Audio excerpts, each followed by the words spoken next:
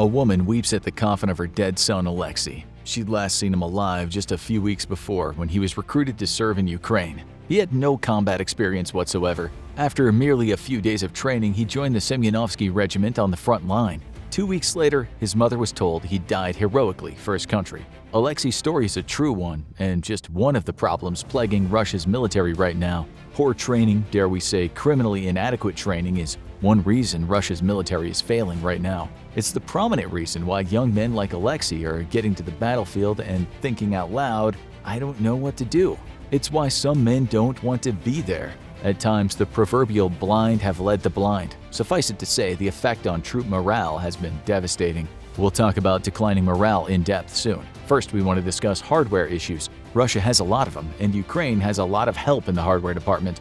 The aid parade for Ukraine has become an ever-expanding phenomenon.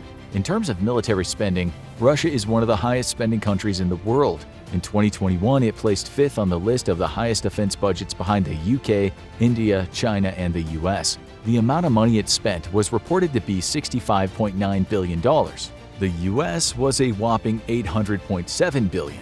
Things have changed somewhat since those budgets were planned. Reuters reported in September 2022 that Russia plans to spend $600 billion on defense and security by 2025. How can Russia even afford that? Over in the US, it was reported in June that a Senate Armed Services Committee voted to approve military spending of $858 billion for 2023. The Defense Secretary in the UK has also said that the country, in spite of current economic woes and now pervasive food banks, will dramatically increase its military spending. In terms of percentage of its GDP, Russia spends more on defense than the other top spenders, although the US isn't too far behind. For 2021, Ukraine spent around $5 billion on defense, which was more of its GDP than Russia, the US, and the UK spent in relation to their GDP. Even so, Russia will soon be spending a ton of money. It's people's money, money it doesn't have. This will be problematic. As a British journalist said recently, Russia can't afford Putin's war in Ukraine. Money, or lack thereof, is a major issue for Russia, especially as the time goes on. And notice how the journalist called it Putin's war, not Russia's war. The emphasis on Putin is very important. It isn't the first time that Russia is straining its finances to retain some political authority in the world. The country was economically unstable since the end of the Cold War. Vladimir Putin, who would soon be on good terms with the US, only came to power because he unofficially agreed not to go after the oligarchs who took advantage of the chaos that came after the collapse of the Soviet Union.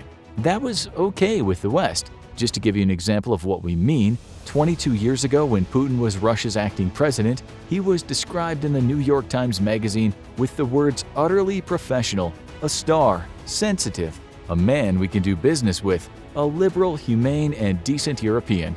Meanwhile, the Russian people watched on as their country was being pillaged. Many discerning people distrusted Putin, as well as the Western capitalists. This is important to understand for the show today. The Russian public does not want to suffer like that again. Many of them are not supportive of another costly war, even if they do hate the West. This is one of Russia's fundamental problems with this war. A lot of Russians have become skeptical over their country's leadership and the expensive shenanigans it gets up to, and widespread public skepticism is never a good thing for a war effort. Sure, Putin's approval rating has gone from 67% to 77% over the last year, but as more body bags containing sons return to their mothers, we might see more support for the West and less support for the perfidious Putin. The US and Putin know very well what happens when a country stretches itself too thin where cash is involved. With the Ukraine situation, the US and UK might just be biding their time while bringing economically struggling Russia to its already scuffed knees. This is partly the reason why the US has spent at least $54 billion on aid to Ukraine. It's why some Democratic and Republican politicians want to spend much more. Money matters a lot in this war, and Ukraine has no shortage of very rich countries happy to bankroll the excessively pricey conflict. The numbers keep changing, but some sources say the US has already spent about $25 billion in military aid alone, with the rest being humanitarian aid and other kinds of help. The UK comes next with a military-only aid package of just over $4 billion. Next is Poland, $1.8 billion, then Germany at $1.2 billion, and Canada at $1.03 billion. As we said, the numbers are changing all the time since new packages keep getting approved. For instance, bipartisan legislators in the U.S. recently introduced a bill to give the Pentagon emergency powers to sell as many weapons as it wants to Ukraine. The 50-odd countries that are sending aid to Ukraine are collectively spending over $100 billion, although it should be said that some countries are sending warm gloves and toothbrushes, while others are sending very expensive modern weapons. Meanwhile, Russia's military aid from around the globe adds up to something close to the value of a brass button. Russia isn't getting financial aid, although it's said Belarus is offering non-economic aid, and there are tens of thousands of mercenaries fighting for Russia. Still, judging economic aid for Russia and Ukraine is like comparing Mount Everest to a mouse. As for China, the alliance of the US with some Asian nations might be enough to make China concerned, but so far it hasn't openly offered support for Russia's war effort. Even those who say the conflict is a US proxy war have condemned Russia.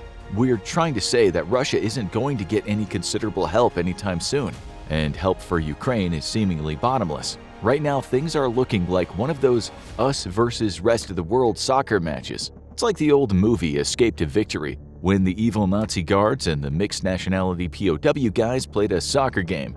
Guess who wins? So one of Russia's biggest problems is the fact that it's fighting a war alone against a country that's supported on almost a global scale. This cannot be underestimated. Sure, the US and the UK aren't officially sending soldiers to fight on the front lines, even if some of the citizens in those countries would like that. Instead, what they're sending in aid is indispensable to Ukraine's war effort. In June, it was reported that the UK just sent over 6,500 shoulder-mounted anti-air armor weapons and Javelin anti-tank missiles to Ukraine.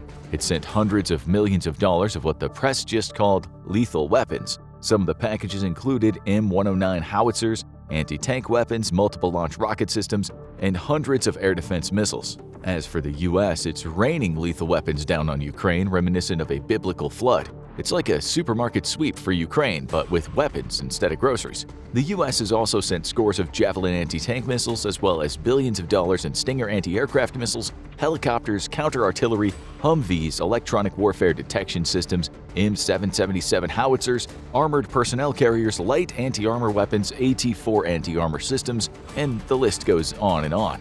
You might be wondering how this has affected Russia's war effort.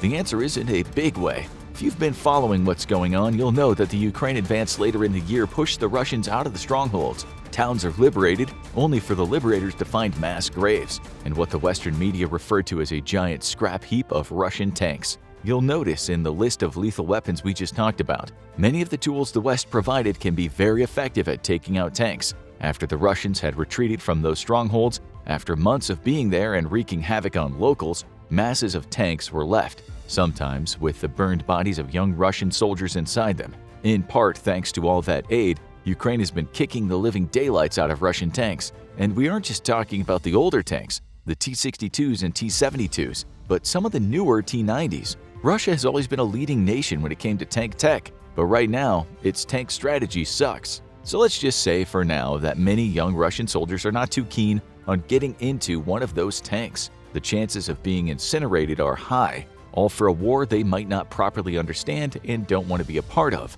If Ukraine wasn't being helped, the conflict would turn out very differently. You already know Ukraine doesn't have a massive military budget. It has only 200,000 active personnel compared to Russia's 850,000 active personnel. Ukraine only has about 2,500 tanks of its own, although it has lost some recently too. Russia has about 12,000 tanks, even though it's been losing about 10 a day since Ukraine advanced. So make no mistake, all that aid is considerably helping Ukraine. But the problem for Russia isn't just about machines. Its tactics have been less than brilliant. Its support of troops has been lacking at times. For instance, Russian tanks should have the requisite modern armor to defend themselves, but that's often not what happened. Russian tank crews have complained that they've been ordered to advance at times when there hasn't been adequate reconnaissance. That is insane.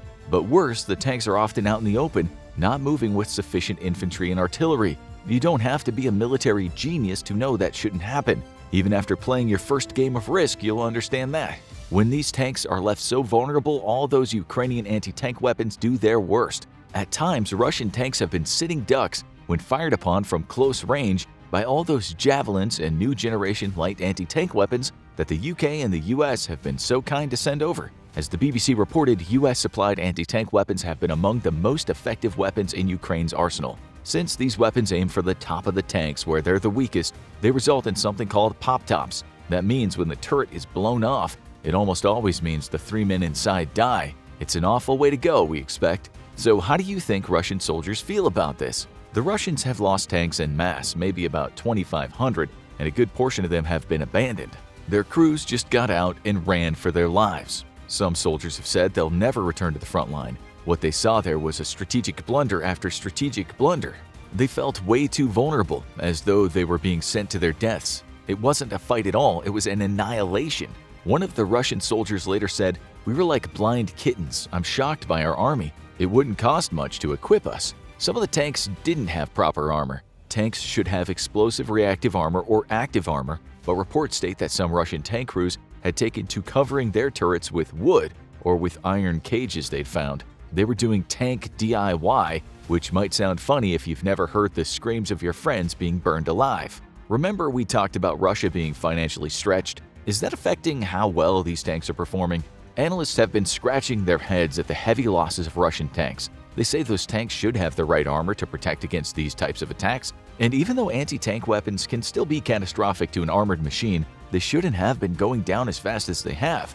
Analysts have said it's been a problem with maintenance of the armor, or perhaps the absence of armor, or the tank crews not being trained in ERA systems. Experts are saying that Russian tank armor is proving to be about 8 times less effective than the tank armor that NATO uses. This could be a matter of money, lack of expertise, a lack of good leadership, or all those things combined. This dubious doctrine has often led to tanks grouping together, forming a great big sitting duck traffic jam. At times, the tank crews have been moving without any support, and when they have support, it's often from guys who are flipping burgers or fixing someone's plumbing not a few weeks earlier. Low morale is the reason many Russians don't want to fight. It's why some have abandoned their tanks or their posts pretty quickly. One Russian soldier said he was among 78 guys in his brigade that refused orders and said they would fight no more. He told a journalist, "I'm morally exhausted. There's absolutely no trust in the authorities and the higher command. I'm tired, homesick. My daughter was born 3 months ago." Another said, "I thought a long time about it and came to the decision. I understood that I had to refuse so I could stay alive." There are so many reports saying the same things. And let's not forget that due to the retreat of Russian troops, when Ukraine advanced and took back thousands of square miles from the Russians, what was left behind was often something of military value.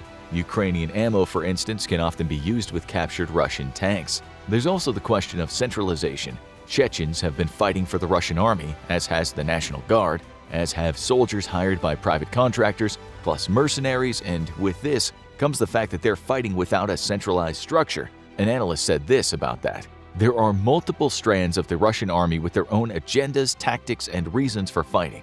There have been reports of Russian draft officers approaching guys in the streets and signing them up for fighting, what the press called aggressive recruitment. One guy said he worked in IT and should have been exempted from the draft, but to his utter astonishment, he later found himself saying farewell to his wife and 4-year-old kid and heading to the front. He did not want to fight. He did not know how to fight. Men like him have been getting just 5 to 10 days of basic training and a further 5 to 15 days of unit training, and then they're packed off to the battlefield. To say this is not good would be as obvious as saying you should not enter your cat into a swimming competition with dogs. You guys and girls watching this who are old enough for a military draft, how do you think you'd fare in that amount of training? How do you think you deal with hearing your buddies being incinerated in a tank by weapons you know have been sent to your enemy by numerous nations? Do you think you could cope?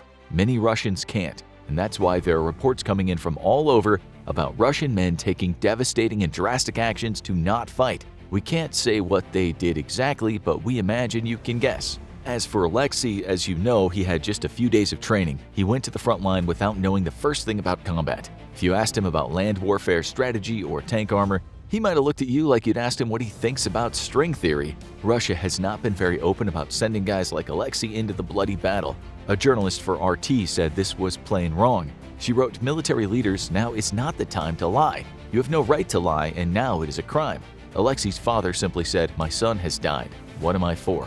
This kind of outside criticism is not good for the Russian war effort. It should be said that Alexei wasn't forced to fight. He just did what was asked of him. A Russian lawyer familiar with the case said he didn't try to get out of his service. He gathered his things together and he went. He acted bravely. He was brave, for sure. But if you were able to go back in time and ask that drunkard of a philosopher Socrates what he thought about this, He'd tell you that there's a fine line between bravery and ignorance. Alexei and other men like him shouldn't be fighting in a war after so little training. Russia is not Sparta. Most men know nothing about mortal combat. As has happened in the history around the world, Russia has offered some prisoners early release or immediate release if they fight. But are prisoners your best option? Often men become prisoners from a lack of self-control. Perhaps a childhood of trauma has led to their frontal lobes not kicking in when they get mad. This is the last thing you want in a war. History tells us convicts don't usually make the best soldiers. You don't want lunatics fighting for you. Anyway, some prisoners might not be too fond of the state that locked them up. Do you think they'd risk their lives for it? And if some rather violent psychopaths ended up in control of Ukrainian towns and their citizens, what do you think they might do with total impunity to kill? Psychos don't win wars. All-out enraged assaults don't win fights. Strategy and emotional control do. Not only that, but many of the best trained men are dead, and they'll be hard to replace. In September, the BBC reported that 1,000 Russian officers had succumbed. It was BBC Russia, so we had to translate, but here's how the article started. The BBC, based on open sources, managed to identify more than 6,020 Russian soldiers who died in the war in Ukraine. Particularly sensitive losses were suffered by Special Forces units as well as junior officers. It will not be easy to make up for their lack in a Russian army. Russia's soldiers, the ones properly trained with combat experience, are educated in what Russia is an expert at. That is short-lasting, hyper-intensive combat. The Russian military was virtually designed for this, and this war is anything but that. While Ukraine has been getting ready for long-term warfare for close to a decade, Russia might well be playing the long game here, but there's no doubt that it has done badly recently, and morale for the most part is about as high as Hades after an earthquake.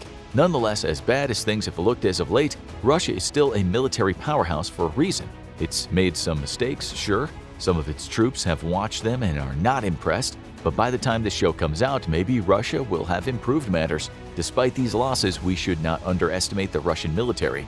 This pretty much contradicts what you've heard today, but the failures of the Russian military we've discussed have happened. The support we've told you Ukraine has is very much real. Okay, so what's behind Russia's underperformance besides what we've discussed? The same analyst we just quoted said Russia's massive weapons arsenal is from several generations, and that might make it quite inflexible. The more losses Russia faces, the more equipment comes out of storage warehouses, and so on the whole you have more technical inflexibility. When you add it all up, and we haven't even gone into the corruption in the Russian military and the present lack of exceptional leadership, things are not looking good for Russia. The number of young folks that are willing to fight is getting smaller, and the number of troops in the field is diminishing. They are outnumbered and outmoraled. We know that's not a word. The public might soon turn on Putin, especially when military spending increases. We just hope when the last straw that breaks the camel's back is dropped, no one makes a grab for the nuclear launch codes. The natural thing to watch now is what if Russia launched a nuclear bomb minute by minute? Or forget about war and take a ride in the infographics time machine in the end of civilization century by century.